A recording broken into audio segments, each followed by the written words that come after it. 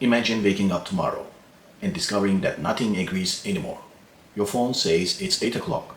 The airport says it's 7 past 8. Your bank records your payment 3 minutes before you actually made it. The stock market opens early. GPS suddenly places you in the wrong street. Container ships miss their ports. Power grids begin drifting out of sync. Within hours, the global economy starts losing billions. Not because the world ran out of money, but because it lost something even more fundamental: coordination. We think civilization is built on money. It isn't. It's built on agreement. Agreement about language. Agreement about measurements. Agreement about rules. And perhaps most importantly, agreement about time. Every online payment, every aircraft, every satellite, every stock trade depends on millions of computers agreeing on exactly the same moment. But that raises an uncomfortable question. Who decided what that moment should be? The answer wasn't a scientist. It wasn't a king. It wasn't even a clockmaker. It was an empire. Because centuries ago, Britain discovered one of history's most powerful business strategies. Don't own every transaction. Own the standard every transaction depends on. When most people think about the British Empire, they imagine warships, cannons, colonies, maps painted red. History makes it look as if Britain conquered the world through military power. But military power was only the visible layer. Underneath was something far more valuable: predictability. An empire cannot grow if merchants don't know when cargo will arrive. Banks cannot lend money if ships disappear. Insurance companies cannot price risk if captains cannot find their destination. Before Britain could rule the seas, it first had to make the seas predictable. And that was a much harder problem than building bigger ships. For centuries, sailors could calculate latitude with remarkable accuracy. The stars made that possible. Longitude was different. To calculate longitude, you needed something humanity struggled to create: a clock capable of keeping almost perfect time, while crossing violent oceans for months. That sounds like a technical problem. However, it wasn't. It was an economic one. Imagine sending the equivalent of hundreds of millions of dollars across an ocean without knowing exactly where your ship was. A clock that drifted by only 4 minutes could move your position by more than 100 kilometers. That meant reefs instead of harbors, storms instead of trade, bankruptcy instead of profit. People often say Britain became rich because it mastered the oceans. The truth is almost the opposite. Britain mastered the oceans because it first mastered certainty. Then disaster struck. In 1707, a British fleet returning home misjudged its position. 4 warships slammed into the rocks near the Isle of Sicily. Nearly 2,000 sailors died. It remains one of the worst naval disasters in British history. Most people remember it as a navigation failure. Parliament saw something else: a system failure. An empire that couldn't reliably locate its own ships could never become the center of global commerce. So, Britain made an extraordinary decision. In 1714, Parliament announced one of the largest innovation prizes the world had ever seen: £20,000. An unimaginable fortune.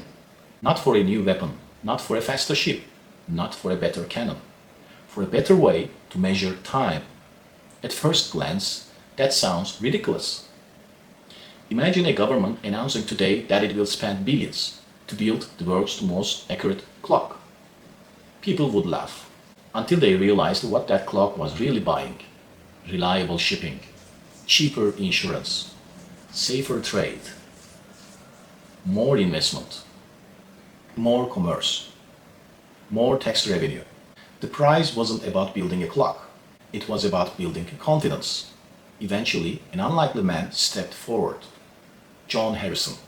Not a famous scientist, not a university professor, a self-taught carpenter.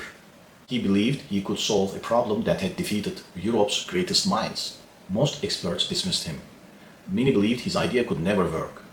Even after building an astonishingly accurate marine chronometer, he spent years fighting for recognition and prize money. History remembers Harrison as the man who solved longitude. But history usually tells the story from the inventor's perspective. Empires tell it differently. Britain didn't become powerful because one man built an extraordinary clock.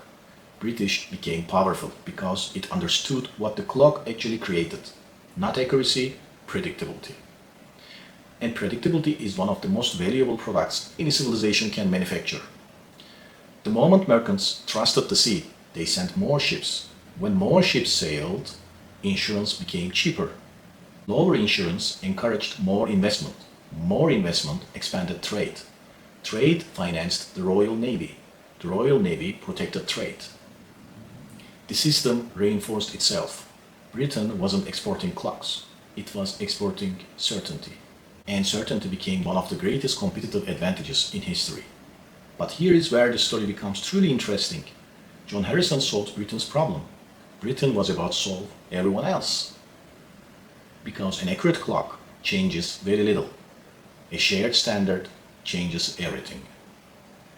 Throughout the 18th century, British ships carried more than tea, silk, spices, and silver. They carried Britain's way of measuring the world. Every new nautical chart published by the Royal Navy referenced the same meridian. Every shipping company copied those charts. Every insurer calculated risk using the same coordinates. Every merchant expected captains to navigate using the same reference.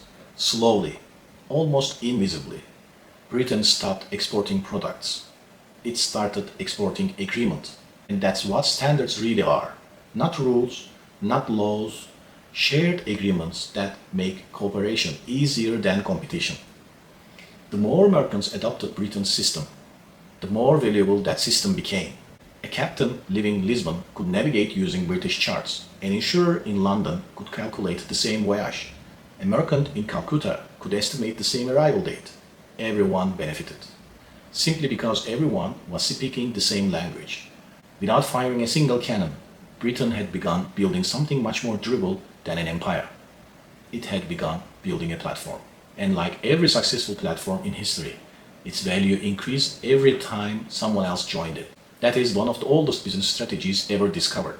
People often believe network effects were invented in Silicon Valley. They weren't. Silicon Valley simply gave them a name. Britain industrialized them. As more merchants adopted British charts, more insurers trusted British calculations. As more insurers trusted those calculations, more investors financed British trade.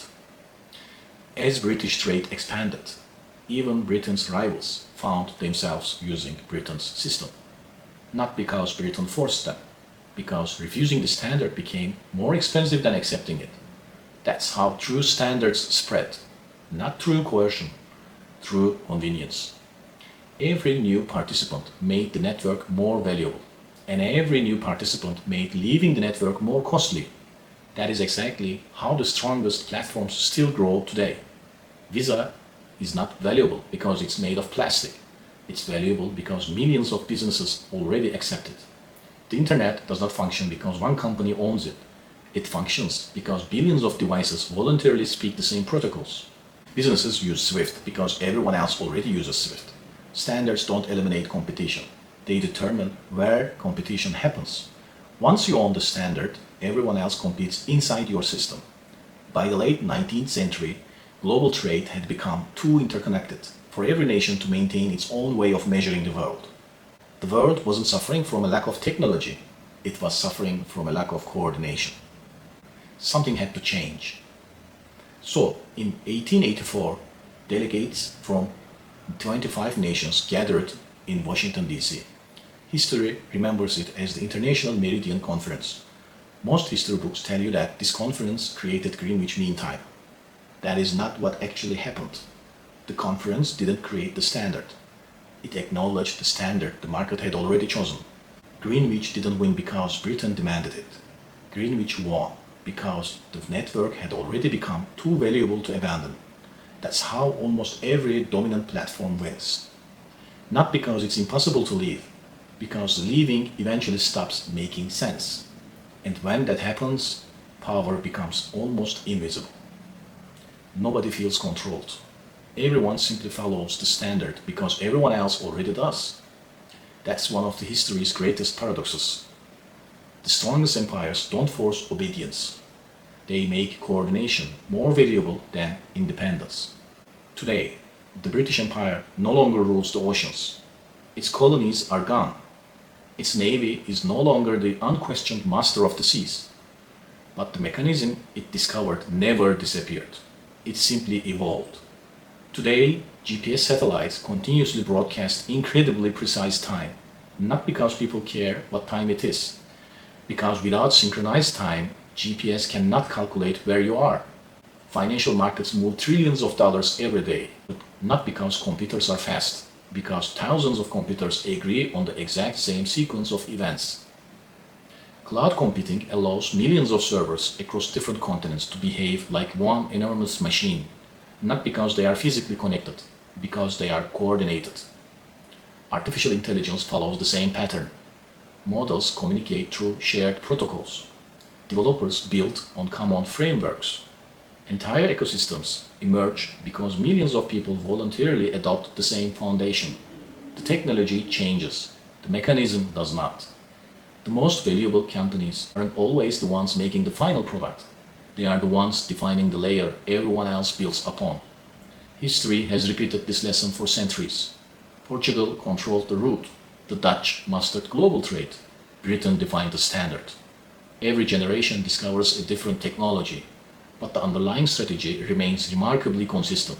Products can be copied, factories can be replicated, technology eventually becomes obsolete. Even empires disappear, but standards have a remarkable habit of surviving the people who created them. The companies that shape history rarely control every transaction. They control the standard every transaction depends on. Because once the world begins organizing itself around your system, competition changes forever. Markets change forever. Economies change forever. And eventually, the world changes with them. Power is not built by controlling everything. Power is built by becoming the thing everything else depends on. Power is engineered, and every system leaves a ledger.